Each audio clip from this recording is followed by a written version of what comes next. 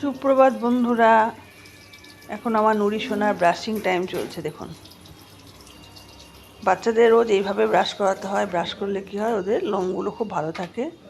তো আমি নুরি সোনাকে দেখুন কীভাবে ব্রাশ করাই, গলার দিক থেকে আরম্ভ করে মুখটা ধরে। আমার সবচেয়ে বড় কথা হচ্ছে, আমার নুরি সোনা কিন্তু ব্রাশ করতে খুব ভালোবাসে। ওকে সকাল বিকেল আমি দুবারই ব্রাশ করে দিই। সকাল একবার করি, বিকেল একবার করি।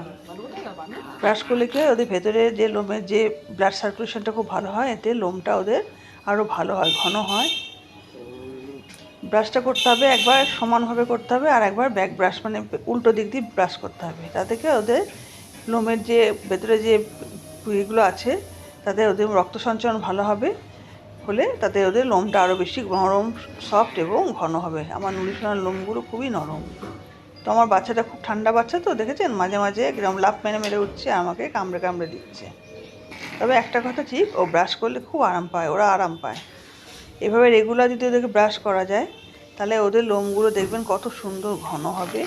তবে সিজন টাইমে ওদের দুবার লোম পড়ে, বছরে একবার পড়বে হচ্ছে আপনার এই গরম পড়ার সময়, আর একবার দেখবেন ঠিক পুজোর পরে শীতের সময় ওদের লোম পড়ে। দুবার করে ওদের বছরে সিজনালি লোম পড়ে, এটার জন্য চিন্তিত হওয়ার কোনো কারণ নেই।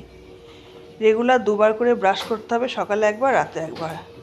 দেখবেন ওদের লোম আরও ঘন, সুন্দর এবং মোলায়েম হবে, ফুরফুরে হবে।